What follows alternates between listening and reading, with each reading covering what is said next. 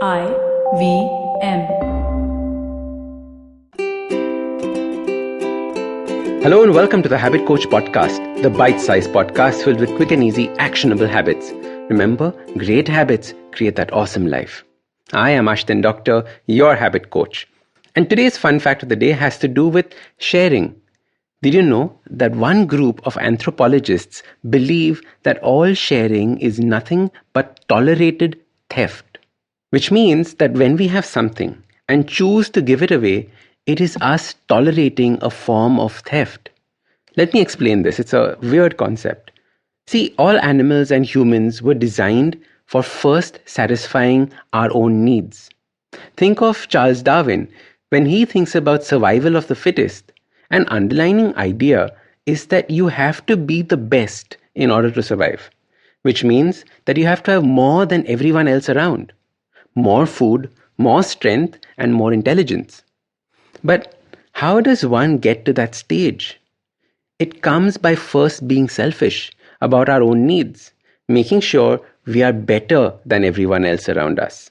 Hence, survival is a selfish behavior. Even as humans, we are pack animals or social creatures. The society we form comes from a selfish need for protection and comfort. On most occasions, we share food when we have enough food for ourselves first. Imagine this. You have found food and were incredibly hungry. You eat and eat it. Someone else comes along and is incredibly hungry too. Now you are full. So you allow them to eat the remaining because you don't want a conflict, right? There's no point in that. So the food was technically yours. So sharing it with them was a form of tolerated theft. And I know what you're thinking right now. But even random acts of kindness or altruism have their source in some form of selfish behavior. So then, is selfishness bad? Let's discuss that a little. I'm sure at some point in your life you must have experienced that feeling of giving and giving and giving without getting anything back in return. It could be because you are a parent and giving is part of parenthood. Selflessly giving that away, giving your energy away. Or as a lover in a one-sided relationship. Moms often write to me telling me how they've been completely spent, especially during this lockdown when everybody just seems to want a piece of them. The fundamental truth is that in order to give, you must first have something to give. You cannot give something you do not own. Hence, self-care or being selfish first is all about filling your own supply. Then giving freely. Very often we run on empty and then try giving. That doesn't work. Hence we have to first work on taking care of our needs before we can go around satisfying everybody else's. So how does one do that? First, identify which of your needs are currently unmet. Are you overworked? Are you tired? Are you stressed? Are you not eating well? Are you physically weak? Or are you ill? Then take out 1 hour a day just to work on this need. Remember, you are being selfish here. Don't think about anyone else. Just focus on yourself. And this is especially true when we are healing ourselves from trauma. When you're trying to turn your life around, when you're trying to make that next big change in your life, be selfish. Tell people around you that you cannot help them at the moment, but you will in the future. The key point here is once you have taken care of yourself, you will be in a better position to serve. Once you have been selfish, then you can go about being selfless. For me, this realization happened very late. I believed that I needed to give, not realizing that I first had to have to give. So my morning routine is my selfish time. It is the time I use to meditate, exercise, read, breathe, work on myself first, and then give back to the world.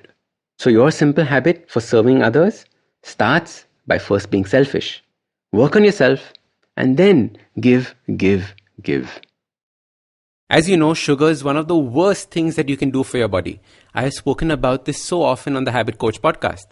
On the 1st of September, we start our next 30-day no sugar challenge. You need 3 things to give up the sugar addiction. First is your determination.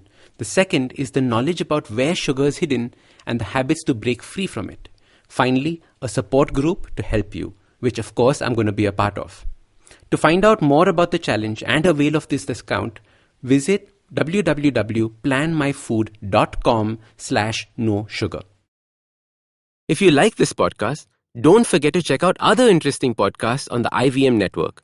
You can listen to us on the IVM Podcast app or ivmpodcast.com. You can also follow us on social media. We are at IVM Podcasts on Twitter and Instagram. If you want to reach out to me, I am Ashdin Doc on Twitter and Instagram. You can find lots more information on my website, awesome180.com, or check out different content on my YouTube channel called AWESOME180. That's Awesome180. I hope you enjoyed that show.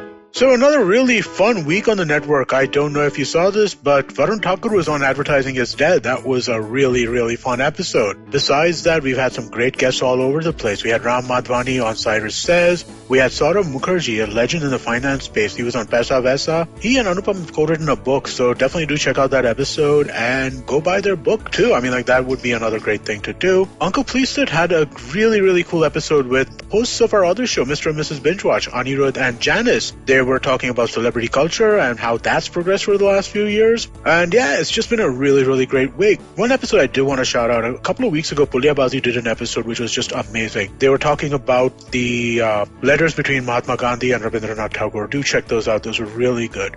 And with that, hope to see you again next week.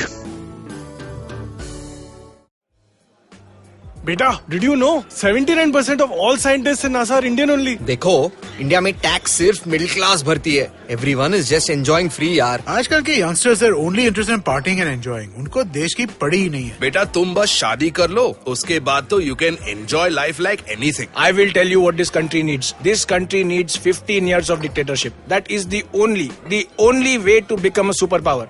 See the Chinese, how much they've progressed. सुनो, तुमने ये WhatsApp forward देखा? So what's common between all of these statements? They're all absolutely rubbish. Fake WhatsApp forwards that spread like wildfire. And statements that defy any logic. They are here to debunk them all. Way of family WhatsApp groups, worst nightmare. Where what happens when you read a book. Basically, we're just a bunch of guys who want to cut through the bullshit of everyone saying this, how it won't be true. So that the next time someone confidently squeezes out some WhatsApp or Twitter BS, you can look them dead in the eye and go, Uncle, please sit. So join me, Joel. And me, Tushar. Every Mondays for a fresh new episode of Uncle, Please Sit.